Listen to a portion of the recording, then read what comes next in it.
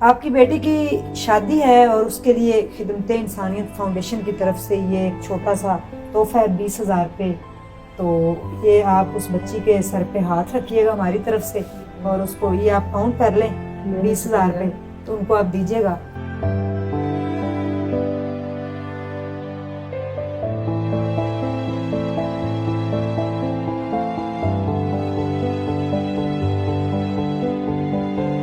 रोए नहीं आप, ये जिंदगी है जहाँ आपने इतना सब्र किया। देखें अल्लाह ताला जो है ना वो ऊपर है, उसने सबके सिलसिले जोड़ रखे हैं, किसी न किसी के जरिए वो आपकी मदद जरूर करता है, वो आपको आजमाता भी है। कितनी देर से आप जॉब कर रही हैं?